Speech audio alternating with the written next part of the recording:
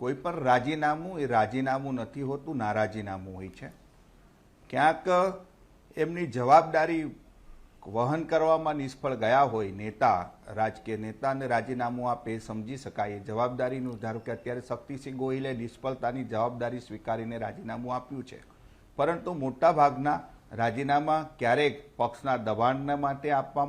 લઈ લેવામાં આવતા હોય છે, અને ક્યારેક પોતાને કશું ન મળે તો કંઈક પ્રાપ્ત કરવા માટે આ રાજકીય નેતાઓ રાજીનામા આપતા હોય છે. જે છેલ્લા વખતથી જે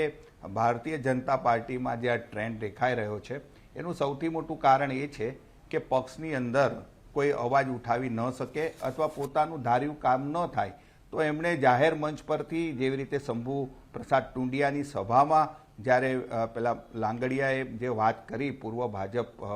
જિલ્લા પ્રમુખે, તો એની સ્પષ્ટપણે એની નારાજગી એક વ્યવસ્થા સામે હોત તો સમજી શકાય કે એણે મુદ્દો ક્યાંક ઉઠાવ્યો હોત, પરંતુ જાહેરમાં મુદ્દો ઉઠાવીને ફક્ત ને ફક્ત પોતાની નારાજગી વ્યક્ત કરવી, હું માનું કે એની પાછળ એના કંઈક બીજા પણ કારણો હશે. એ શંભુ પ્રસાદજીએ પણ ઘણા કહી દીધા.